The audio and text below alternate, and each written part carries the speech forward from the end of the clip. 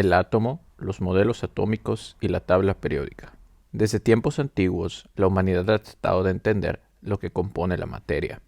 Demócrito y otros filósofos griegos postularon que la materia estaba compuesta de partículas muy pequeñas, indivisibles, a las cuales llamaron átomos.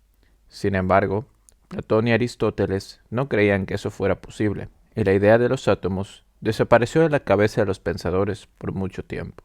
Pero con las ideas de John Dalton, la teoría atómica se retomó en el siglo XVII. La teoría atómica de Dalton postulaba lo siguiente. Número 1. Cada elemento está compuesto de partículas muy pequeñas llamadas átomos.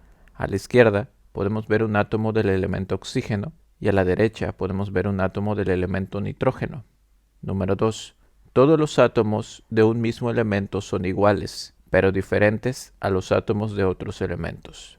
A la izquierda podemos ver 3 átomos de oxígeno y a la derecha 4 átomos de nitrógeno. Número 3. Los átomos de un elemento no pueden convertirse en átomos de otro elemento. Los átomos no se crean ni se destruyen en las reacciones químicas. Podemos ver cómo el átomo de nitrógeno no puede ser convertido a través de un átomo de oxígeno. Número 4. Los compuestos se forman cuando los átomos de más de un elemento se combinan, y un compuesto siempre tendrá el mismo número de átomos que se usaron para formarse. En este ejemplo, vemos como un átomo de nitrógeno más uno de oxígeno se combinan para formar un compuesto, que es el óxido de nitrógeno. La teoría de Dalton era poderosa, pero ni él ni sus colegas tenían pruebas fehacientes que los átomos existían en realidad. Basaron su teoría en observaciones de reacciones químicas en el laboratorio. Sin embargo, poco a poco se fue refinando y cimentando la teoría.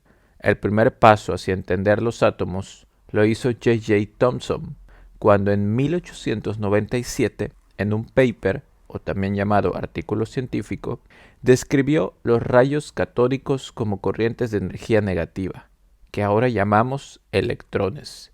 Nota: el experimento de los rayos catódicos está muy interesante. Te dejo el link para que lo revises a detalle. Nota 2. Robert Millikan, de la Universidad de Chicago, en 1909, utilizando los valores de carga y masa encontrados por Thomson y usando sus propias mediciones en un experimento llamado de gotas de aceite, encontró la masa del electrón, que es 9.10 por 10 a la menos 28 gramos. Kakaroto, tú serás el primero, Elmon. Más vale que estés preparado. El experimento de Millikan igual es sumamente interesante. Te dejo un link para que lo revises a detalle. Otro gran paso hacia el entendimiento del átomo se dio cuando se empezó a entender el concepto de radioactividad. En 1896, el científico francés Henri Becquerel descubrió que un compuesto de uranio emita de forma espontánea radiación de alta energía. Fue en comunicación con Becquerel que Marie Curie y su esposo Pierre empezaron a trabajar en cómo aislar la fuente de la radiación de alta energía en ese compuesto de uranio. Este concepto se pasó a llamar radioactividad. Luego le siguió el científico inglés Ernest Rutherford, que descubrió 3 diferentes tipos de radiación: la alfa, la beta y la gamma, como la del Hulk. Rutherford fue un científico prominente, ganador del Premio Nobel en 1908 por sus trabajos con la radioactividad. Nota: el famoso experimento de partículas alfa de Rutherford es muy interesante. Lo dejaré en forma de link debajo. Los trabajos de Thomson, Curie, Becquerel, Rutherford, entre otros de menor impacto, cada vez entregaban más evidencias que el átomo estaba compuesto de partículas muy pequeñas. Con sus experimentos, Rutherford concluyó lo que se conoce como modelo nuclear del átomo de Rutherford, el cual dice que el centro del átomo es un lugar donde reside la carga positiva. Este centro se llamó núcleo. Además, postuló que la mayor parte del volumen del átomo es espacio vacío y que los electrones se mueven libremente alrededor del núcleo atómico. Con esta imagen podemos ver cómo fue evolucionando la idea del átomo desde el modelo atómico de Dalton en 1808, con simplemente la idea de bolitas pequeñas que son indivisibles llamadas átomos. Luego pasamos a la idea de compuesto químico, de ahí al modelo atómico de Thomson en 1904, que era el modelo de pasas, donde toda la carga estaba distribuida y los electrones incrustados. Y de ahí, en 1911, solo 7 años después, llegamos al modelo atómico de Rutherford, que seguramente es el que más tienes grabado en la cabeza, con el núcleo atómico y los electrones orbitando alrededor. Cabe destacar que este modelo de Rutherford no es el más exacto. El modelo más exacto hasta el día de hoy es el de Bohr, que involucra densidades electrónicas alrededor del núcleo y no bolitas orbitándolo. Desde los tiempos de Rutherford, muchos más avances se han hecho respecto al entendimiento del átomo.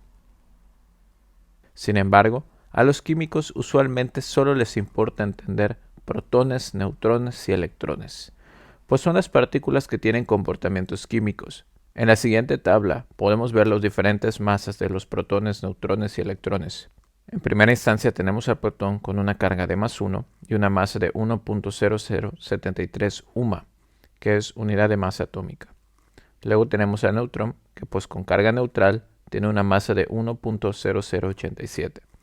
Finalmente tenemos al electrón con una carga negativa de -1 y una masa de 5.486 por 10 a la -4 UMA. El número de protones en un átomo es a lo que se llama número atómico. Como los átomos no tienen carga formal, el número de protones y electrones debe ser igual. Por ejemplo, el carbono tiene 6 protones y 6 electrones. De esos 6 electrones, 4 son de valencia.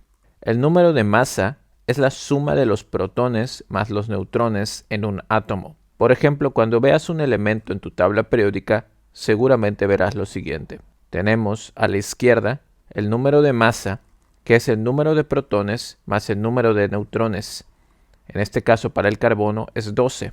Luego tenemos el símbolo del elemento, que para este caso del carbono es una C mayúscula.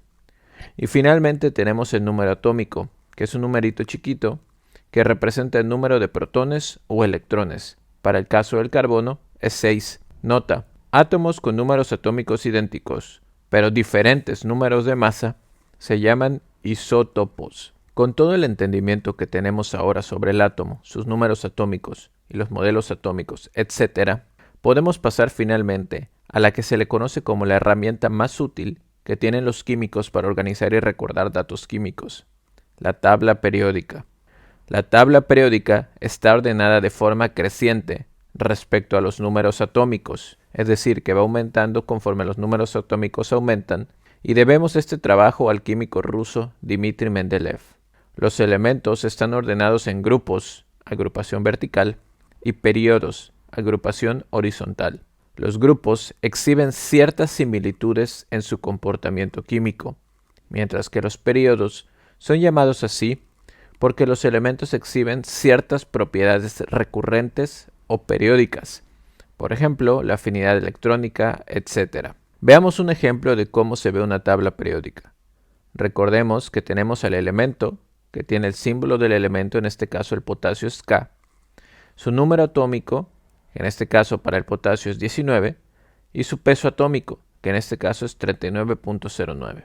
Tenemos a los periodos, que son todas estas líneas horizontales del 1 al 7, donde tenemos al hidrógeno y al helio en el periodo 1, al litio y al berilio en el periodo 2, al sodio y al magnesio en el periodo 3, y así nos vamos. Podemos darnos cuenta también que todos los elementos están ordenados de forma que su número atómico aumenta. Si empezamos en el periodo 1 con el hidrógeno, tiene un número atómico de 1. Luego tenemos al helio con un número atómico de 2. Luego el litio con un número atómico de 3, berilio un número atómico de 4, boro un número atómico de 5, carbono 6, nitrógeno 7 y así nos vamos aumentando.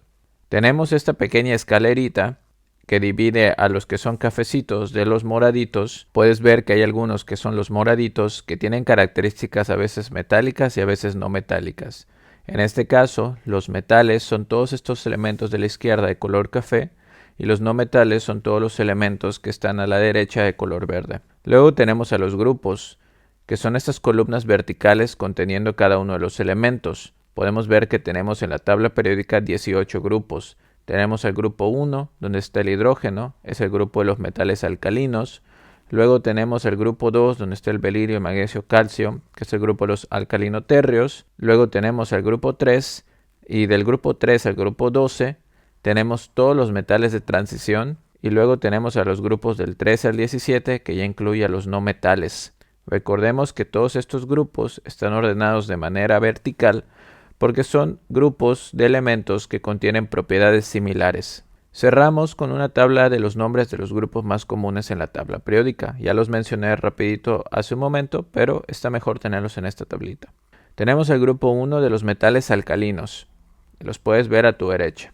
Luego tenemos el grupo 2 con los metales alcalinotérreos, que también los puedes ver a tu derecha. Luego tenemos el grupo 16, que son los chalcógenos o el grupo del oxígeno. Luego tenemos al grupo 17, que son los halógenos. Y finalmente tenemos a los del grupo 18, que son los gases nobles.